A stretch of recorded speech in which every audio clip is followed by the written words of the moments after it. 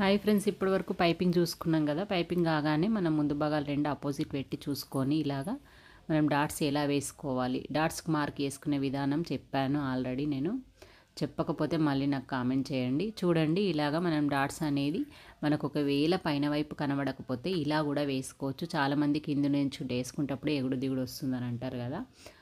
ఏం కాదు, మనకు డాట్ అనేది కరెక్ట్గా క్లాత్ పట్టుకోవడం రావాలి. క్లాత్ మిస్ కాకుండా క్లాత్ పట్టుకోవడము, మనం ఎంత మెజర్మెంట్ అయితే పెట్టుకున్నామో ఆ పొడవు మెజర్మెంట్ కరెక్ట్ ఉంచుకోవాలి. మనం ఎక్కడైతే కచ్చిగా పెట్టుకున్నామో అది పట్టుకోవాలి కరెక్ట్గా. ఇట్లా ఉక్స్ పట్టి సైడ్ ఒకటి, చెస్ట్ కింద పాయింట్, సంగ పాయింట్ 3 డాట్లు కరెక్ట్గా పట్టుకొని వేయడం వల్ల షేప్ అనేది ఎగ్జాక్ట్గా వచ్చేస్తుంది. చాలామందికి మనకు తెలియదని అడిగి మరీ చేసుకుంటే చాలా మంచిది ఎవరికైనా సరే. చూడండి ఎలా వచ్చిందో. ఓకే ఫ్రెండ్స్, మీకు వీడియో నచ్చినట్టయితే లైక్ చేయండి, షేర్ చేయండి, కామెంట్ చేయండి. బాయ్ మరి.